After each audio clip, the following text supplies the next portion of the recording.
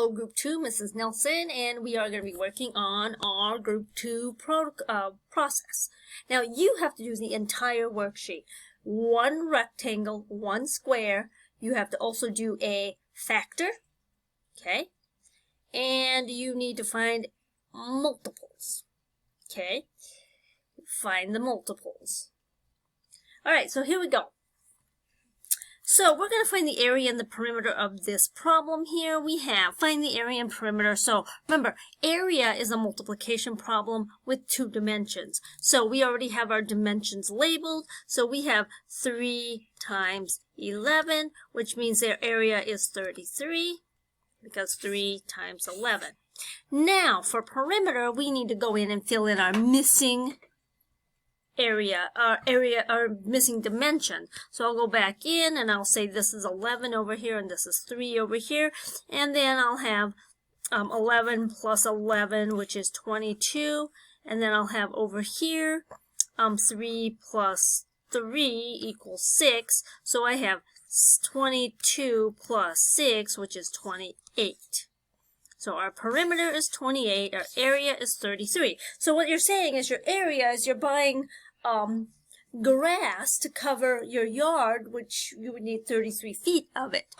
And if you wanted to keep your dog in your yard, you would have to buy a fence that was 28 feet long. That's basically what you're doing here. All right, so let's look and see if you had a perfectly square yard where every side was the exact same size. Now again, you have to go through and I'm going to put all the missing sides on. And then I'm going to find my area, which is length times width. It's a multiplication, length times width. So 7 times 7, 7 times 7. And then I'm going to add, which is 49. So my area is 49. My perimeter is going to be 7 plus 7 plus 7 plus 7, which is 7 plus 7 is 14. 14 plus 14 is 28. So my perimeter is 28. Okay, so you do have to do the whole thing. All right, so let's look at factoring the following number. You're going to take this number and write it here. Okay, so we need to find all the factor pairs and decide is it prime or composite. And you need to tell me this. Some of you forgot to decide prime or composite. You have to decide after you investigate. Now, you are going to do both the T-chart and the factor rainbow, both, because I want you to be able to understand it, because if you go into any other classroom, they may expect you to be able to move back and forth between the most common factor rainbow. But it's really easy to understand a factor C. So 15 is your answer. This is your answer. So 1 times what? 1 times what right here equals 15. Well, you know that 1 times 15 equals 15. Does 2 times anything equal 15? Well, 2 times 7 is 14. 2 times 8 is 16. No, 2 does not work. Please do not write 2 down. Now go to 3. Does 3 times anything equal 15? 3 times 5 does, absolutely. How about 4? 4 times 4 is 16. 4 times 3 is 12. Looks like it's skipping 15, so 4 does not work. 5 works, but 5 is already here, so we don't need to do it because 5 times 3 is 15. It's just a flip-flop. So we have found all the factor pairs for 15, and there are 2 of them. 1 factor pair, 2 factor pairs.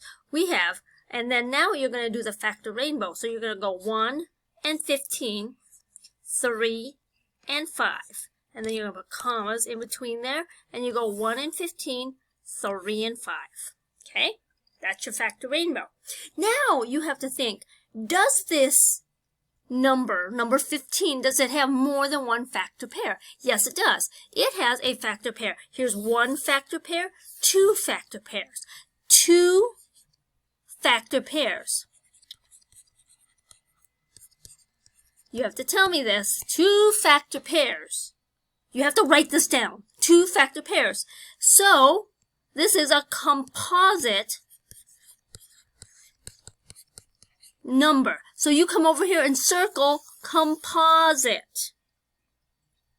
Because there's two factor pairs. Tell me that. There are two factor pairs. If there was only one factor pair, this would be prime.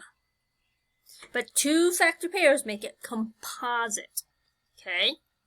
So, now you're going to come down here and find what are the first three multiples of 24. Okay? So, if you think about it,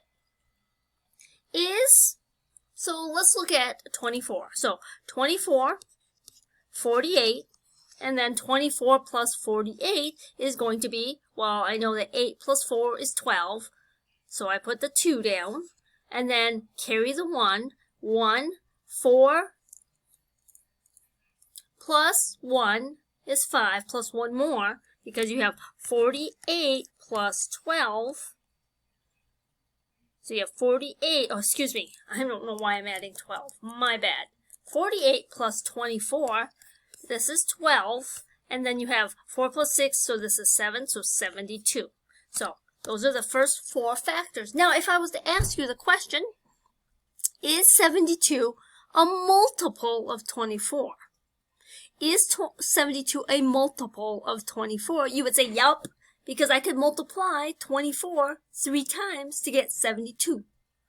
I could do that. So, 72 is a multiple of 24 because I can skip count by 24 to get that. Alright, so if you have questions, concerns, make sure you do the entire worksheet. Here, do the whole worksheet. Everything, because Group 2 has to do all the work. A square, a rectangle, and then factors. Okay, questions, concerns, see me. I'll see you on the next video. Goodbye, Group 2.